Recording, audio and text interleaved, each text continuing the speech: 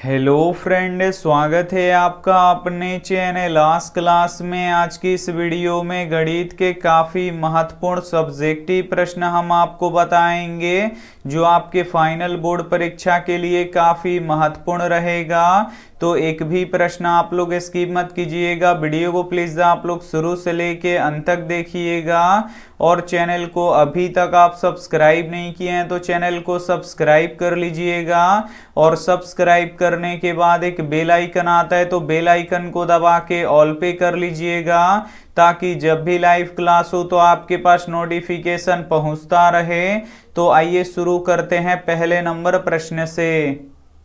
तो पहला नंबर प्रश्न है कि उस गोले का वक्र पृष्ठीय क्षेत्रफल ज्ञात करें जिसका व्यास 14 सेंटीमीटर है। काफी महत्वपूर्ण प्रश्न है यह आपके बोर्ड परीक्षा के लिए।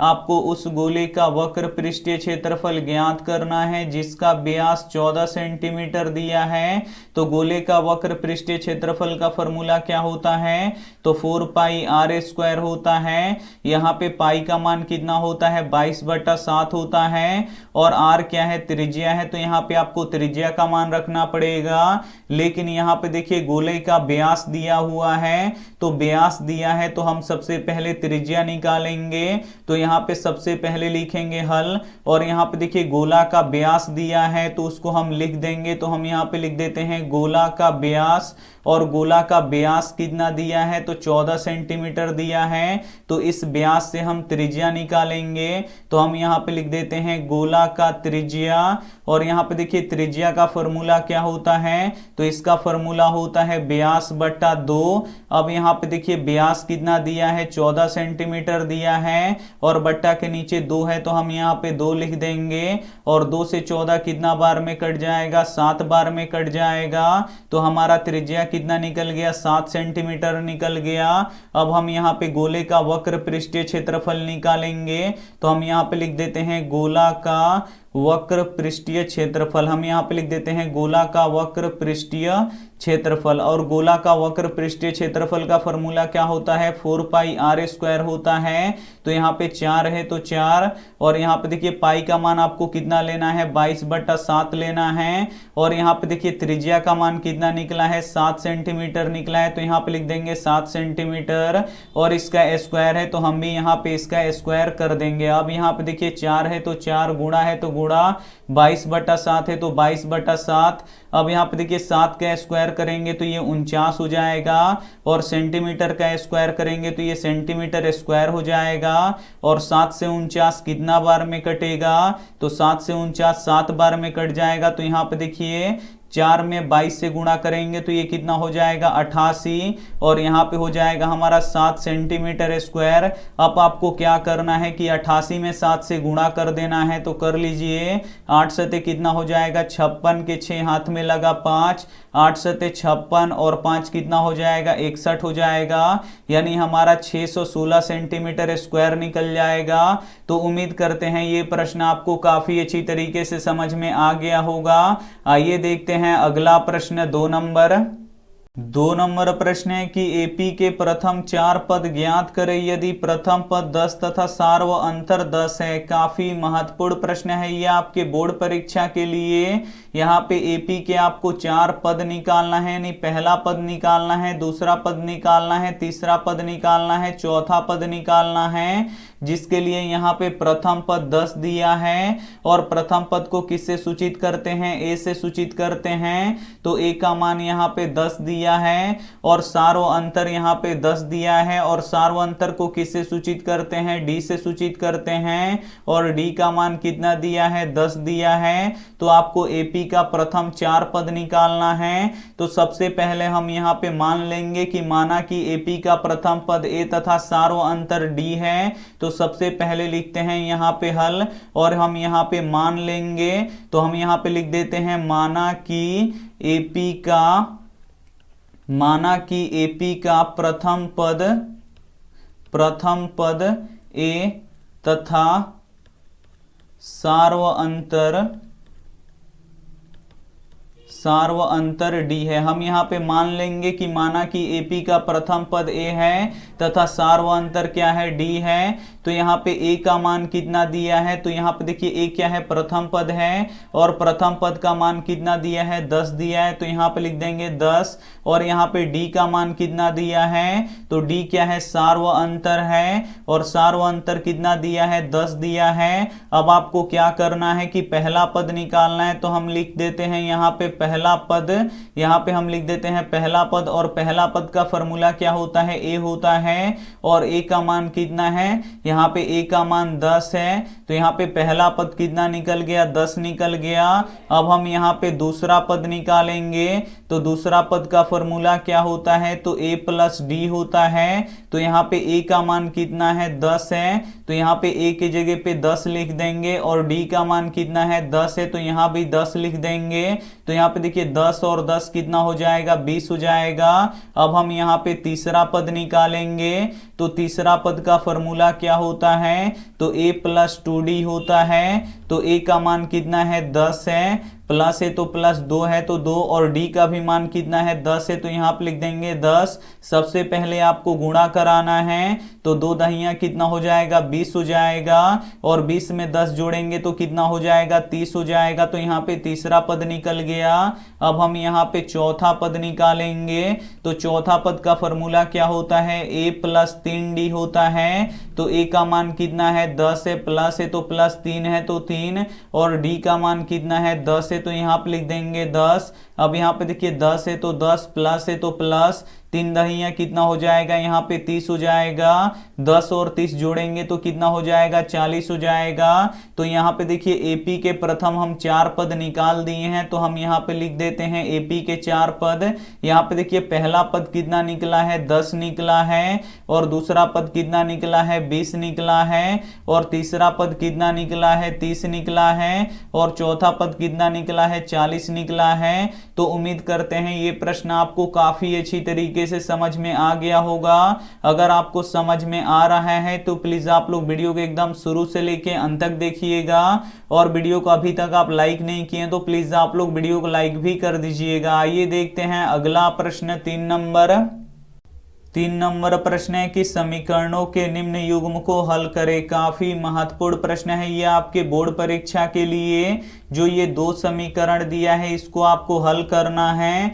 तो जब भी ऐसा आपको समीकरण मिले आपको विलोपन विधि से हल करना है। अगर आप लोग विलोपन विधि से हल कीजिएगा तो ऐसे समीकरण बहुत ही आसानी से हल हो जाते हैं। तो यहाँ पे देखिए 2 समीकरण दिया है, तो इसको हम पहला समीकरण मानेंगे और इसको हम दूसरा समीकरण मानेंगे। तो आइए इन दोनों समीकरणों को हल करते हैं। तो यहाँ पे लिख देंगे हल, और इसको हम समीकरण 1 मानेंगे। तो हम यहाँ पे लिख देते हैं 6x प्लस 3y बराबर 6xy। ये हो गया हमारा समीकरण 1।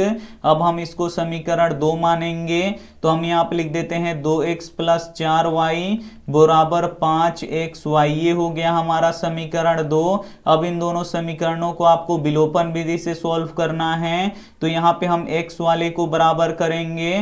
तो यहाँ पे 6 है और यहाँ पे 2 है। तो आपको क्या करना है कि 2 को 6 बनाना है। तो 2 6 कैसे बनेगा, तो इसमें 3 से गुणा करना पड़ेगा। तो आपको क्या करना पड़ेगा कि जो ये समीकरण 2 है इसमें पूरा में 3 से आपको गुणा करना पड़ेगा, और यहाँ भी प्लस का चिन्ह है और यहाँ भी प्लस का चिन्ह है। तो यहाँ पे एक जगह घटाव का चिन्ह होना चाहिए। तो हम क्या करेंगे कि समीकरण 1 में से समीकरण 2 को घटा लेंगे।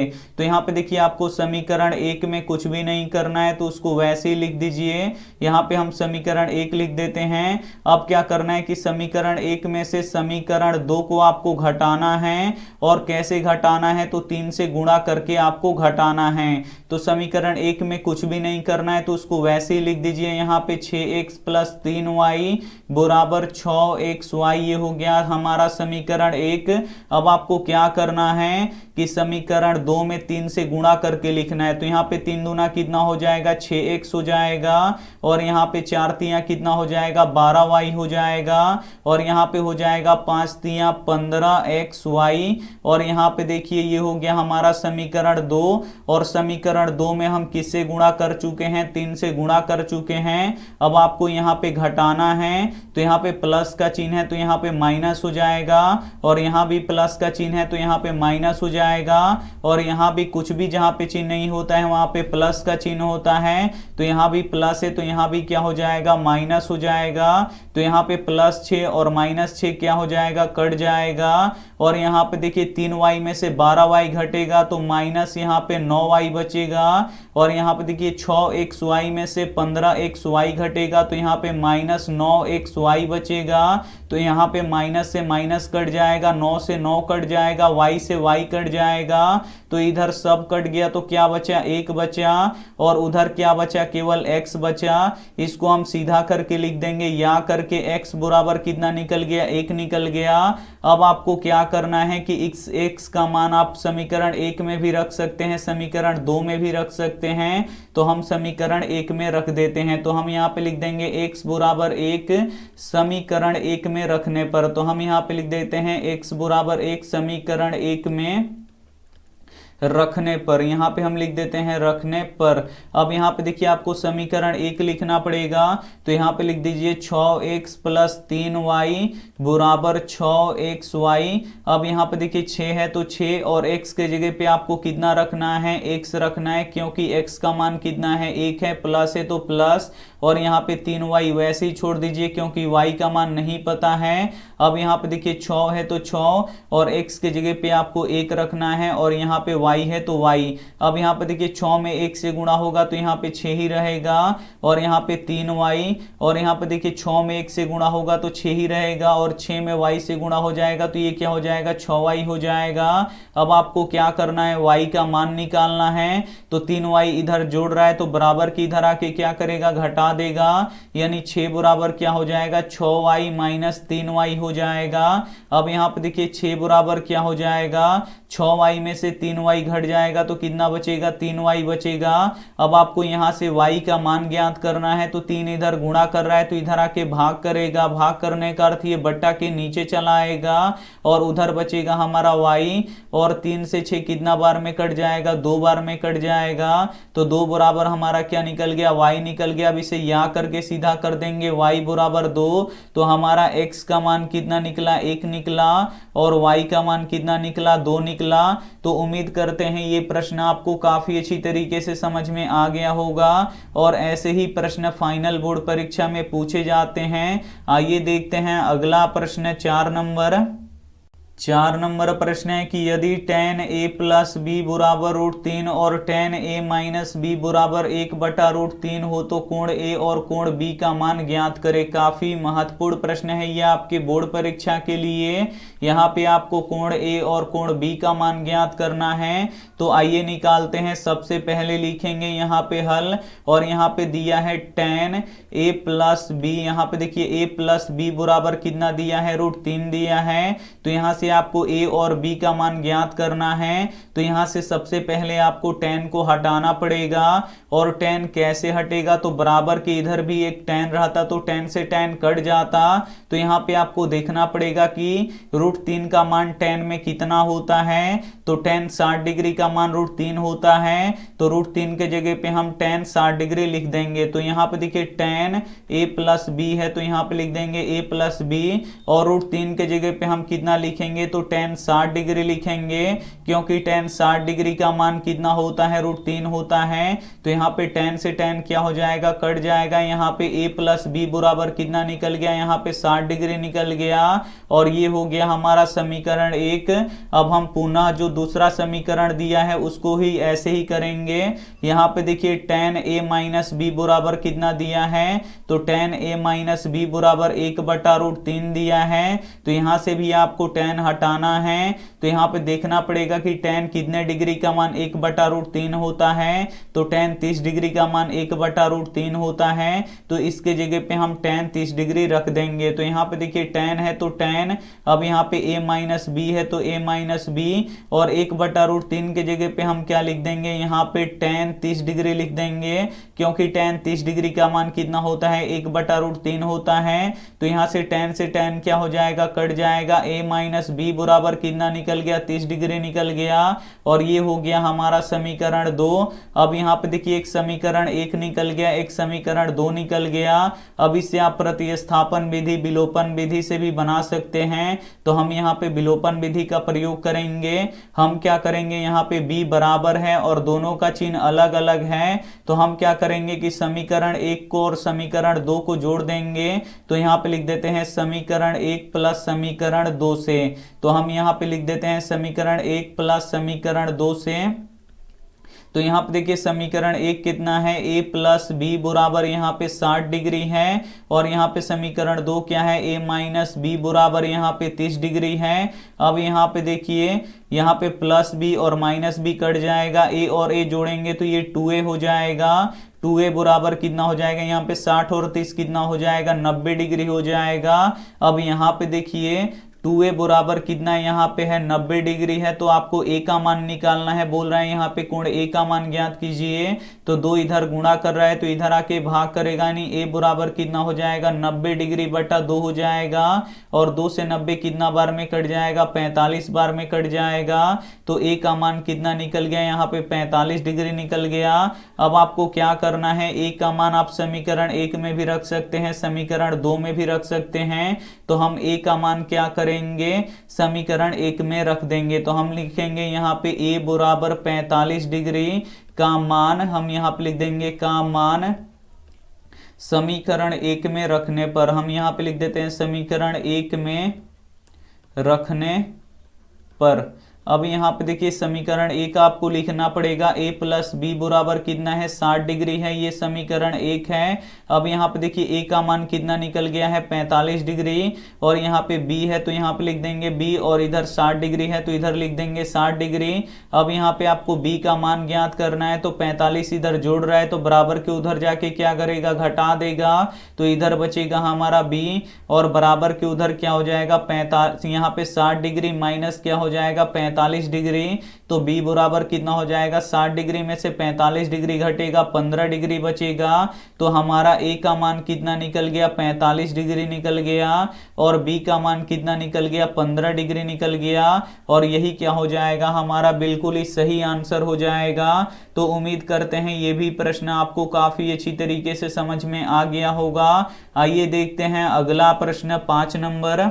5 नंबर प्रश्न है कि बिंदु a 1,2 और b 5,3 के बीच की दूरी ज्ञात करें। काफी महत्वपूर्ण प्रश्न है ये आपके बोर्ड परीक्षा के लिए।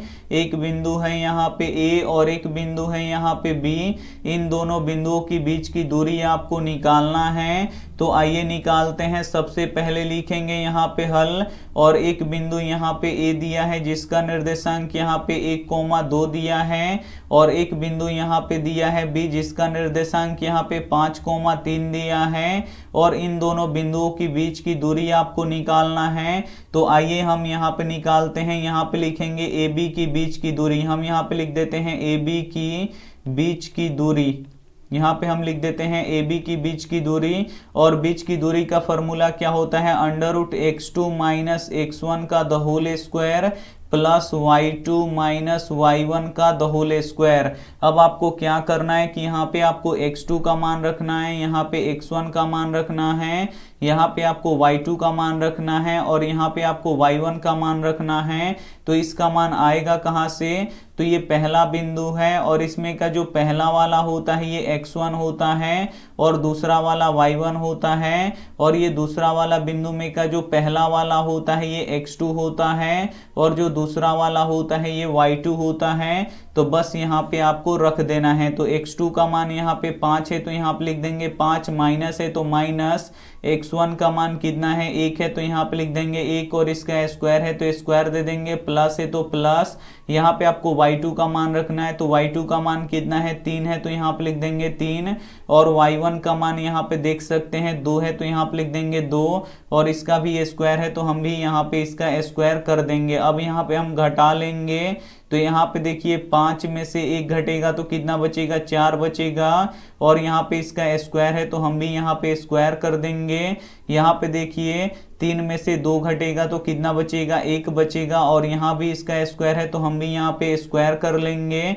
तो यहाँ पे देखिए 4 का स्क्वायर कितना होता है 16 होता है, और 1 का स्क्वायर कितना होगा 1 होगा। अब इसे जोड़ लीजिए 16 और 1 कितना हो जाएगा यहाँ पे 17 हो जाएगा, यानी ए बी की बीच की दूरी कितना निकल गया √17 निकल गया, और यही आपका क्या हो जाएगा बिल्कुल ही सही आंसर हो जाएगा। तो उम्मीद करते हैं ये सभी प्रश्न आपको काफी अच्छी तरीके से समझ में आ गया होगा। समझ में आ गया है तो प्लीज आप लोग वीडियो को लाइक कर दीजिएगा, और अभी तक आप हमारे व्हाट्सएप ग्रुप में नहीं जुड़े हैं तो ये हमारा व्हाट्सएप नंबर है, इस पे आपको बोल देना है कि सर हमें ग्रुप में जोड़ दीजिए, तो हम आपको ग्रुप में जोड़ देंगे। वीडियो को लाइक नहीं किए तो प्लीज़ आप लोग वीडियो को लाइक कीजिएगा, अपने दोस्तों के पास इस वीडियो को जरूर शेयर कीजिएगा, और चैनल को अभी तक आप सब्सक्राइब नहीं किए हैं तो चैनल को सब्सक्राइब कर लीजिएगा, और सब्सक्राइब करने के बाद एक बेल आइकन आता है तो बेल आइकन को दबा के ऑल पे कर लीजिएगा, ताकि जब भी लाइव क्लास हो तो आपके पास नोटिफिकेशन पहुंचता रहे। थैंक यू फॉर वॉचिंग, मिलते हैं अगली वीडियो में, तब तक अपना ध्यान रखिए, मन लगा के पढ़ाई कीजिए। Take care and bye.